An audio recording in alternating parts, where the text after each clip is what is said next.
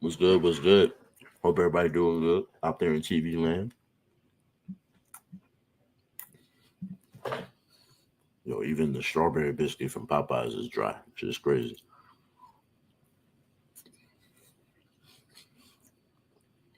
Yo, dead ass. Word two. All right. All right. Take a swig of coffee.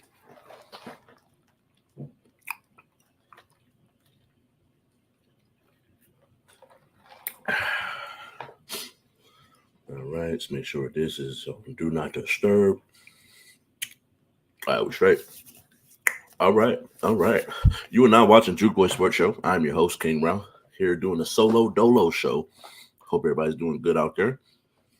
Good morning. And this episode is pre-recorded because I work early today. I got meetings, so I just don't have the capability to do a live show. Typically, the Friday show is going to be pre-recorded. But before we get started, send a shout out to the sponsor. You want to do a podcast like what you're watching, music video, photo shoot, call the number on the bottom of the screen, 707 Fitboxer. Make sure you go like, subscribe, comment, share, all that good stuff. Need more engagements. Right now, I'm getting a lot of negative engagements, but it is what it is. It's all love out here. I answer with sarcasm, but I enjoy your views. But make sure you go like the Facebook page, the He Say She Say channel on Facebook. Subscribe at J.U.K Media on YouTube. Follow us at J.U.K Sports Show on Instagram, and you can follow me at KYNGRALPH at all the ones that I just mentioned. Add an underscore for X or Twitter. And let's get into it. So Team USA gets a dub yesterday. And talking in rhyme a lot today. But they come down from 17. It was looking kind of ugly. Wasn't really sure how this was going to go. About halfway through, toward the end of the third quarter, a switch flipped. I don't know what happened. I don't know if it was Melo got in LeBron's ear.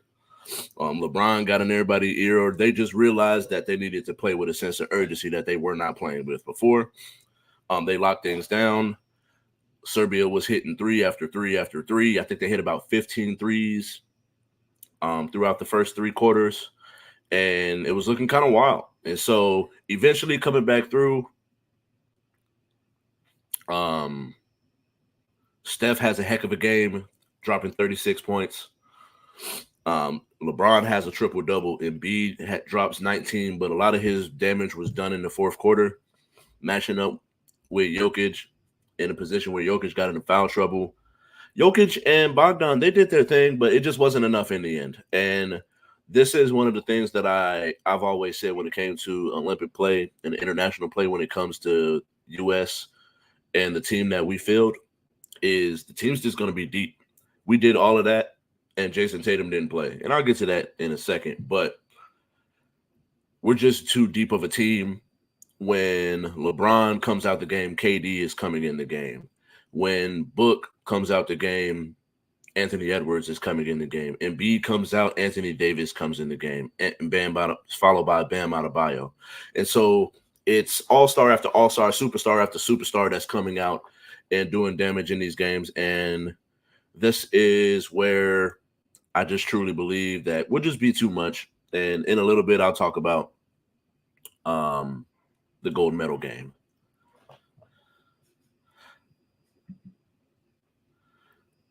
Why is it tripping? Come on now. Quit playing. Quit playing with me, dog. All right, there we go. And so, I said I alluded to that I would talk about it. Jason Tatum did not play. I believe this is the second time of the 3 games that they've played against Serbia that he hasn't played. Halliburton didn't get in the game. At this point, we've kind of accepted that. Halliburton is a very young, up-and-coming superstar in the NBA, but when it comes to this team, I believe they're just really trying to it's the last hoorah for a lot of the guys. KD, Steph, LeBron, it's just their last hurrah, but they still have a lot of juice in the tank. But I don't think they'll be able to make it 4 years to be able to make a significant uh, impact on the next Olympics. And so, would you blame Tatum for not committing to the 2028 Olympics based on getting a couple of DNPs that just don't make any sense? There's been a couple of games where it's been blowouts, larger leads.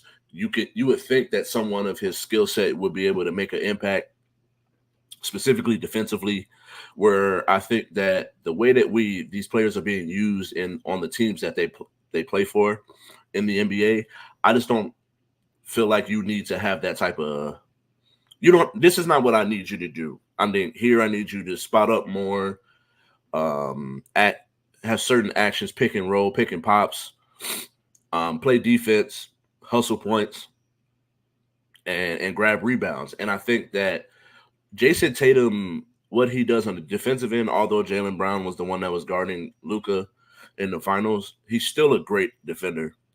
6'9", 6'10", can be a good rebounder as well. So I just don't see why he's not getting the minutes, but I expect him to commit. I think by then, certain players that are of his stature, if not a little higher, won't be even on the team by then, that he would be one of the main focal points of the team, especially given his sacrifice for this year's team and this rendition of the USA team. So I don't expect him to call it quits and say, "Nah, I'm straight," and be petty like that. The world is petty. I'm starting to really realize this. And so next up, kind of flying through these, but this next one I'm gonna take a little bit more time.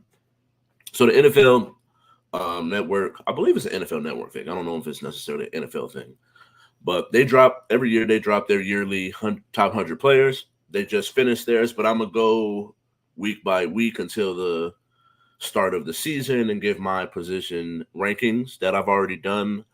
Later today, I will be dropping my graphic for my top edge rushers. Next week, I'll be talking about cornerbacks and defensive backs. But let's get into it. So we got the top 100. At 100, we got Zaire Franklin, outside linebacker.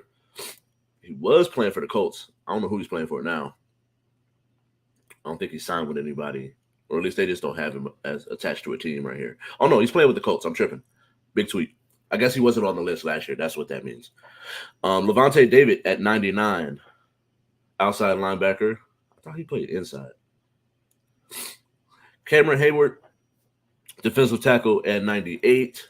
Scary Terry McLaurin at 97. Wide receiver Deion Dawkins, offensive tackle 96. Julian Love, safety for the Seahawks at 95. Trevor Lawrence at 94. Harrison Smith, free safety for the Vikings at 93. Aaron Rodgers at 92. Tariq Woolen, cornerback for the Seahawks at 91. And I don't really have an issue with too many people on here. As you see, the episode is called No Hate, Just Opinions.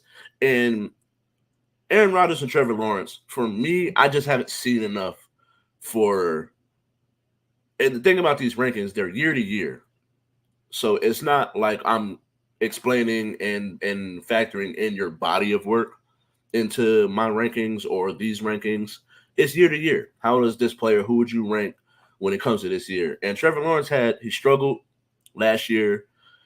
Now, some of it is because of injury, and that's a whole nother conversation in itself. But at the end of the day, I just haven't seen enough to put him over on this list. Like the fact that they got him ranked higher than Cameron Hayward and Terry McLaurin, who are impact players for their teams, and year by year in and year out, they're making a huge impact for their respective organizations.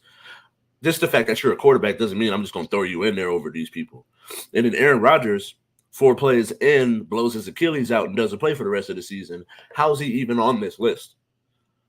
And there's no disrespect to Aaron Rodgers. Aaron Rodgers has one of the greatest arm talents that we've seen in this league, like in the history of the league, honestly. But it just, I don't know. I just didn't necessarily agree with that one. I'm feel good about everybody else. Tariq Woolen is a good young up and coming cornerback. Harrison Smith is still making an impact, a great impact on these teams. Even though he's getting a little older, 93 tackles last year, and he's about 35. So I feel like this might be like the last time we see him on this type of list.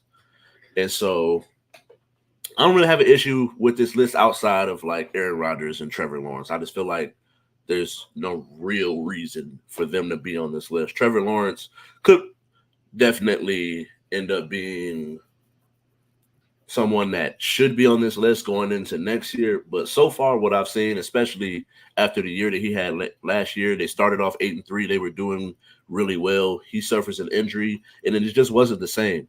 And so I can't just ignore the struggles that they had because he was injured. No hate, just my opinion. And so next up, I got the 90 through 81 rankings. So Devontae Smith, wide receiver from the Philadelphia Eagles, at 90. Buda Baker with the Cardinals, safety at 89. 88, we got Chris Lindstrom, Falcons guard. 87, we got Hassan Reddick, outside linebacker. Spoiler alert, he is on my top 10 edge rushers list. So I don't have a problem with him being in the top 100.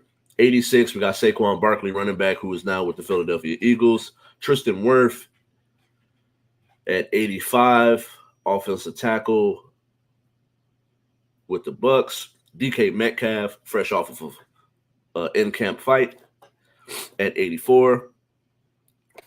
Derwin James at 83. Montez Sweat at 82. And Kirk Cousins at 81. And the only thing for me is this: there's just certain people that I want to see who at their respective positions are and where they're ranked. Because like Tristan Wirth and Derwin James specifically are, if I was just going through it, they're at least top 5 at their positions. So I know this isn't just position by position rank, but this is I just don't see 82 players better than Derwin James and 84 players better than Tristan Wirth, respective to their positions as well. So as we get further and further into this list, I'm kind of curious to see what happens next. Kirk Cousins blew his Achilles out too.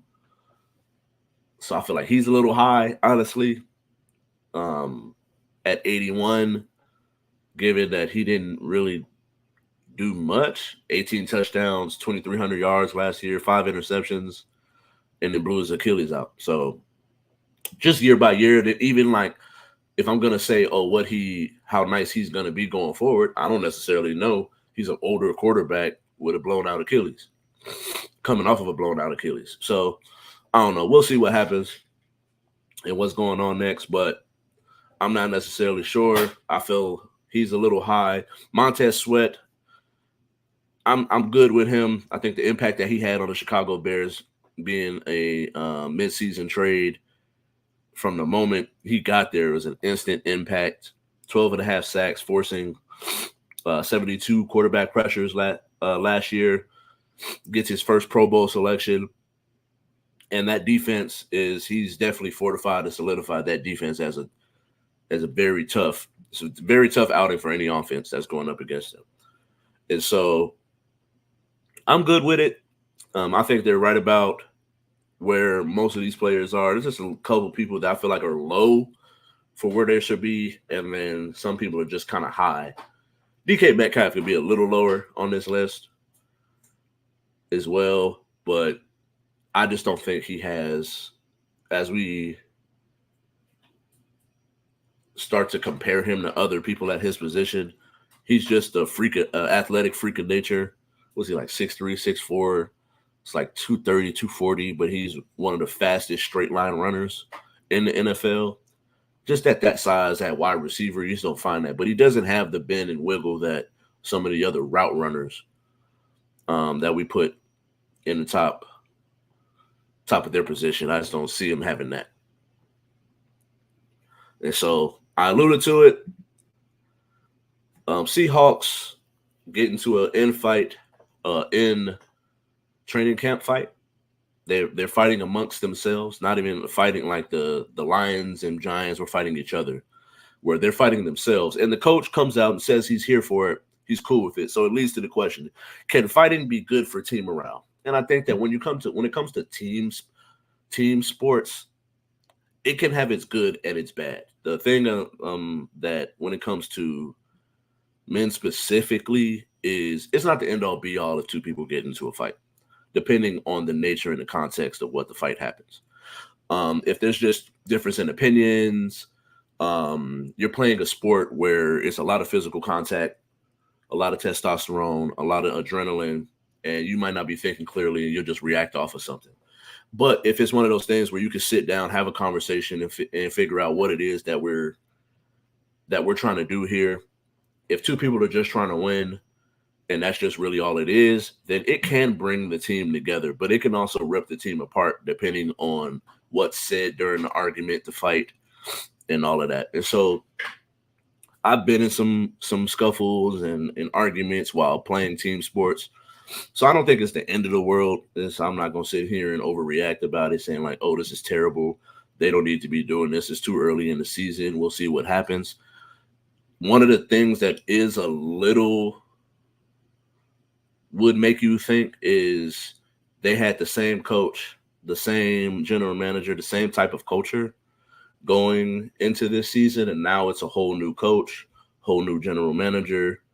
And hopefully he can establish some type of culture. Now, if this is just the culture that he's trying to set, where in training camp, we're going to compete against each other and nothing is off limits, then it can be good and it can also have its bad. Now, me personally, I do think given where he comes from, Mike Macdonald was the defensive coordinator for the Baltimore Ravens last year, and we saw how close-knit that team was. Now, if he can bring some of that juice over to the Seahawks with they have good young pieces on that defense while also creating, now he's in charge of the ship.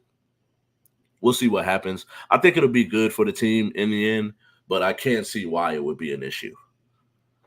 And so next, we got some off-top situations here where I'm not really going to sit here and go quote for quote with stats and all of that, just personally speaking on how I feel about situations. And so let me delete some of these old topics and get to the new ones. So Patrick Beverley on his Pat Bev podcast spoke on why he decided to sign with or sign overseas. He signed with the Israeli team. I think it's the team he started his career with. He got into some trouble in Arkansas.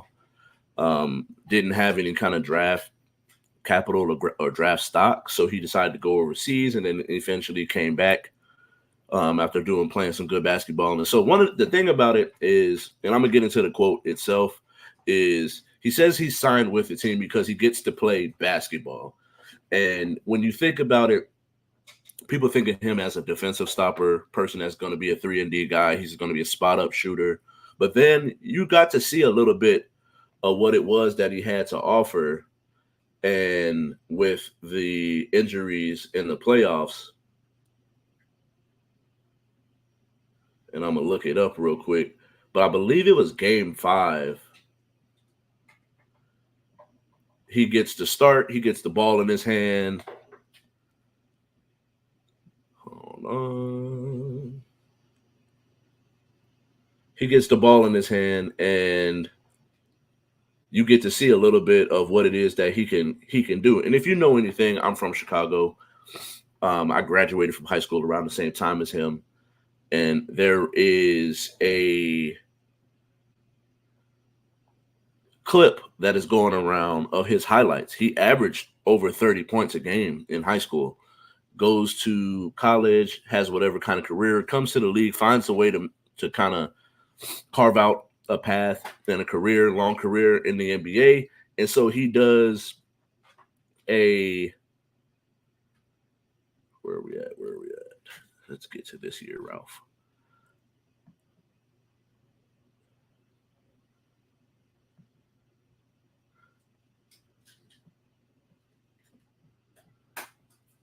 Because it was this game here. Box score.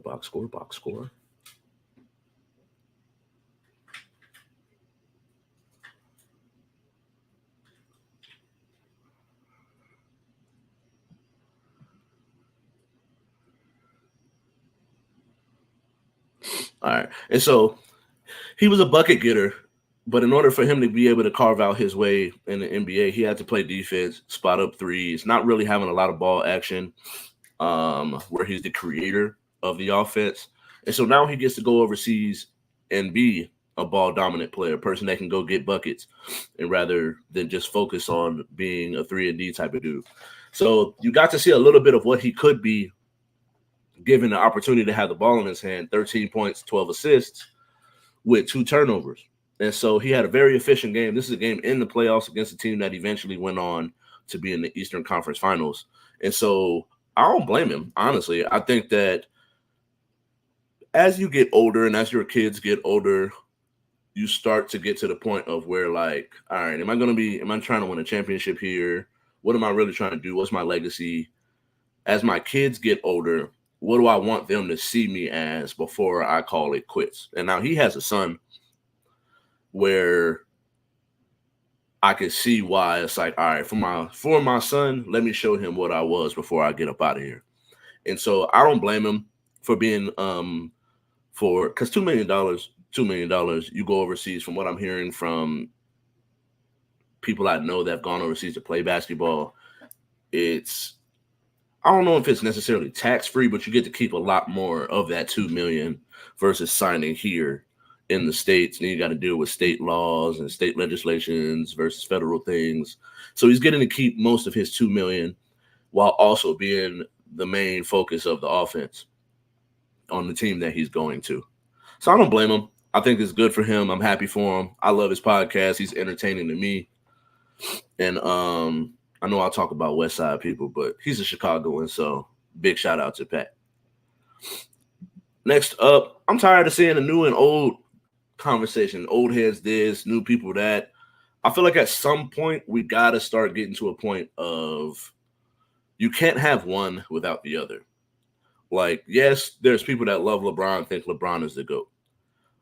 People that love Kobe and think Kobe's the GOAT. But without Bill Russell, Wilt, to Larry Bird and Magic, to Michael Jordan, to then Kobe and LeBron, we can't get to where we are today without what happened in the past. And so that sit here and act like it just like, oh, there was just a bunch of plumbers and guys that was working day jobs versus where we are today. It's like, no, people were really good for the era in which they played in, and we can't discount that. And I feel like with basketball, I don't feel like with football, I don't feel like it happens as often where the conversation gets disrespectful, but specifically with basketball as well as music, I feel like without one, you can't have the other. Everything is an evolution. Things get better, sounds get more creative. We start to blend certain things. And so your parents' music is not your music. It's the same thing as like my grandparents listened to my parents' music. It was like, what is this? And then now my parents listen to, well, not now, but my parents listen to my music as I was growing up and was like, what is this? And I just feel like I'm not going to be one of them people that's just like, oh, this is trash compared to what I grew up listening to. I just realized the music demographic is not for me. And so I feel like without one, you can't have the other. And we got to dead this whole old head versus the new generation and come together and realize that like I've been saying, you can't have one without the other. And so sticking to my wait, hold up. I think I deleted the topic. One moment, y'all.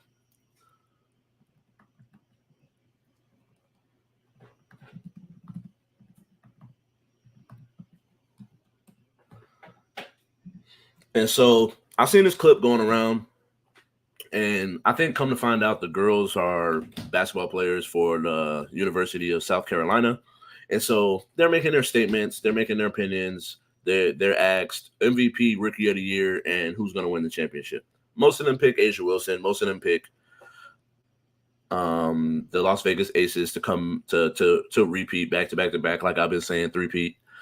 And then when it comes to Angel Reese, one of them makes a statement of, if politics is out of it, then Angel Reese is the person that should win the Rookie of the Year. And then I'm looking on Twitter, and sometimes I look at Twitter and I'm like, this can't be real life. Like, this can't be just people, how genuinely people are feeling. Because when I have conversation with people, it's like some of the stuff I see on Twitter, I'm like, I just don't hear these things being said in face-to-face conversations. And so I feel like this conversation of Caitlyn Clark versus Angel Reese is low-key getting out of hand. And it's getting to the point where that's why I put the name of this episode is No Hate, Just Opinions. And I feel like we can have an objective conversation. Yes, Caitlyn Clark is playing really good basketball offensively. But if you know I'm a defensive guy, really I'm just a person that likes basketball. It's just like basketball is basketball. There's two sides of the court. I can't just focus on the fact that you got 25 and 12, but you giving up 20 points and got 6 turnovers. And I just feel like with Caitlyn Clark, look at her stats. For every one assist she has a turnover.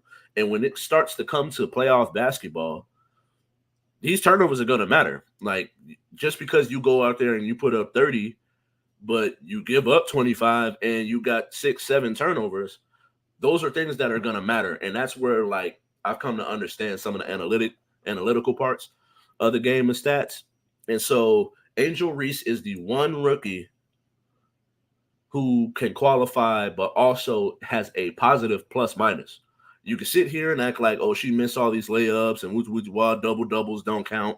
But at the end of the day, she has a 2 plus minus, where Caitlyn Clark has almost a -5 plus minus. So for me, just for the conversation, opinions are just opinions. They're like assholes. Everybody got one.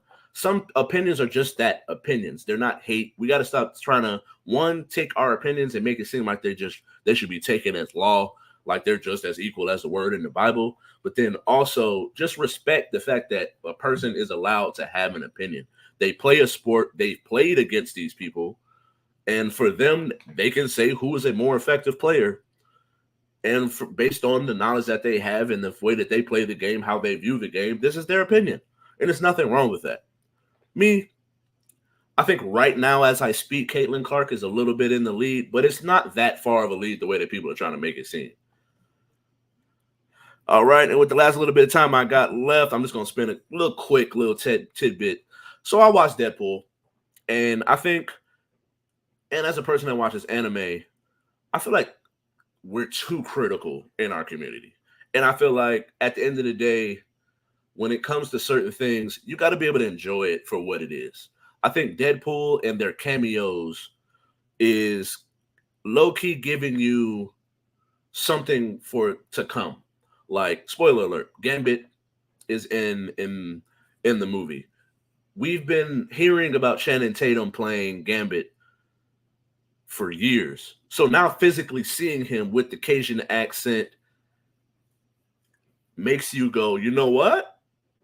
I can see this and I can sign on this. Marvel, you got to green light this movie.